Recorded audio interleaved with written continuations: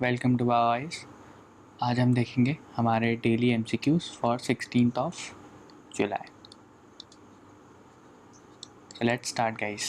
Now question number 1 is consider the following statements related to Mont Blanc. ये current affairs module में cover किया गया है, तो please refer to the current modules. I have told you this many times कि आप हमारे current affairs module को रेफर करें, आपको काफ़ी सारे आंसर्स मिल जाएंगे उसमें। Now statement 1, it is the highest mountain in Europe, and statement 2, it is located near the conflux of France and Italy. तो मॉन्ट ब्लैंक ये मेल्ट हो रहा है और यहाँ पे कुछ न्यूज़पेपर्स मिले हैं जिसका रेफरेंस जाता है इंडिया की साइड। ओके, सो पहला जो स्टेटमेंट है, is the highest mountain in Europe, this statement is incorrect. ये वेस्टर्न यूरोप का हाईएस्ट माउंटेन है, वेस्टर्न यूरोप का। ओके, वेस्टर्न यूरोप में ये हाईएस्ट है। दूसरी चीज़, जो अल्प्स माउंटेन रेंज है पूरी, अल्प्स माउंटेन की भी ये हाईएस्ट माउंटेन पीक है, हाईएस्ट समिट है। ओके, बट ओवरऑल अगर आप यूरोप में देखेंगे तो माउंट एल्ब्रस पूरे यूरोप में सबसे हाईएस्ट समिट है। दूसरा statement, it is located near the confluence of France and Italy, this statement is correct. दो वैलीज़ हैं, एक है Aosta valley of Europe, sorry Italy, और दूसरी है सेवोई वैली, और ये है फ्रांस में। तो इन दोनों के बीच,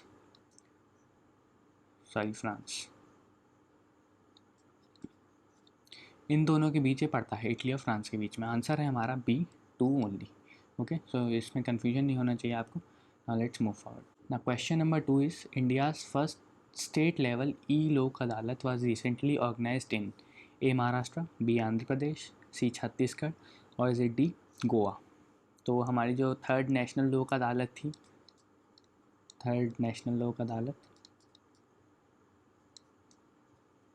ये हो गई है कैंसिल ड्यू टू कोविड-19। ओके, इसकी वजह से ये कैंसिल हो गई है। तो फर्स्ट स्टेट लेवल जो ई लोक अदालत है, ये पूरी वर्चुअल कॉन्फ्रेंसिंग पे हुई है। ओके, इस पे ये की गई है, तो ये हुई है हमारी छत्तीसगढ़ में।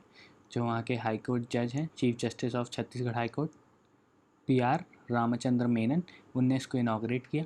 ओके, सो ये एक फैक्ट बेस्ड क्वेश्चन है, आपसे पूछ सकते हैं, इवन स्टेट PCS में भी एग्ज़ाम आ सकता है कि इंडिया की पहली ई लोक अदालत कौन से स्टेट में लगी, तो वो स्टेट है Chhattisgarh. Now let's move forward. Now question number 3 is consider the following statements about Chabahar port. अब कॉन्टेक्स्ट आप सबको मालूम है कि चाबहार जो रेल लाइन है, रेलवे लाइन, दिस ईरान ने अनाउंस कि ये जो रेलवे लाइन है इसको बनाएगा without the support of India. It will pursue this railway line on its own. तो ये तो पूरा कॉन्टेक्स्ट था। Now statement 1, Chabahar port lies in the gulf of Aden, and statement 2, it is located on the Makran coast in Iran. Makran coast पे है, ये है। Okay, तो ये वाला स्टेटमेंट तो सही है। ओके, ये है साउथ ईस्टर्न ईरान अगर आप मैप देखेंगे तो उसमें ईरान का चाबहार पोर्ट इधर है और ग्वादार पोर्ट लगभग ये थोड़ा नीचे है। ओके, और बट ये गल्फ़ ऑफ एडन में नहीं है, this lies in the gulf of Oman. एक और जो चीज़ नोट करने वाली है, this is the only Iranian port with ocean access. ये इकलौता ऐसा पोर्ट है जिसकी ओशन एक्सेस है ईरान में। ओके, सो आंसर है हमारा अगेन B, क्योंकि दूसरा स्टेटमेंट सही है, मकरन कोस्ट पे ये है, बट गल्फ़ ऑफ एडन में नहीं है, गल्फ़ ऑफ ओमान में है।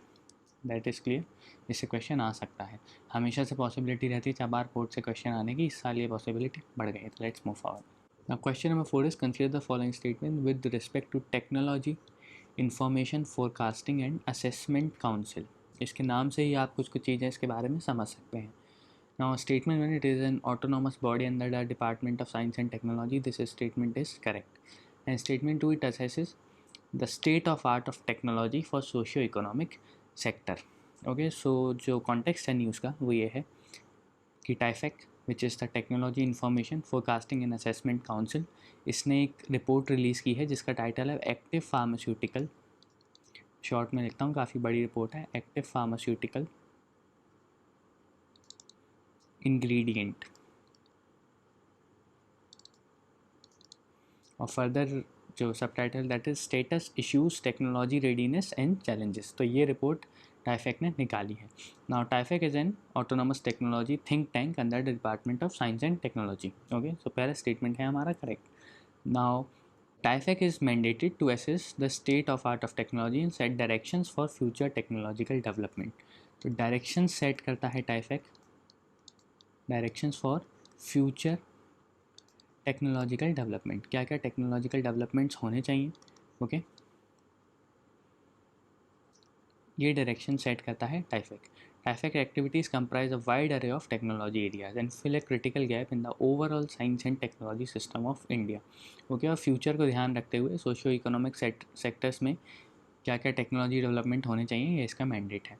आंसर है हमारा C, both 1 and 2. Okay, so now let's move forward.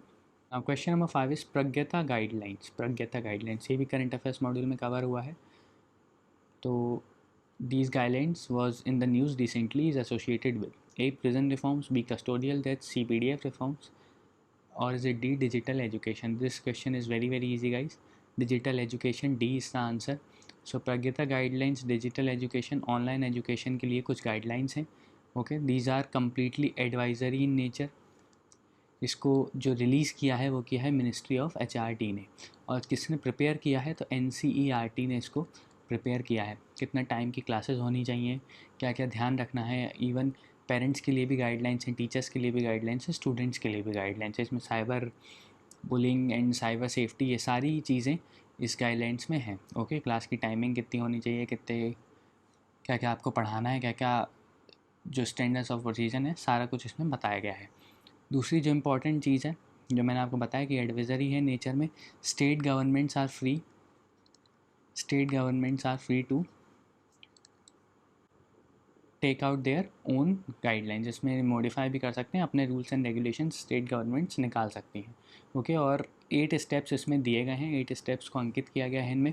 और ये जो प्रज्ञता है, यही पूरे 8 स्टेप्स का, आप इसमें गौर कीजिए, ये 4 वर्ड्स हैं, PRAGYAT. अब ये प्रज्ञता जो, इसका फुल फॉर्म क्या है, तो प्लान, आप देखेंगे P. Okay, review, R, arrange, A, फिर है गाइड,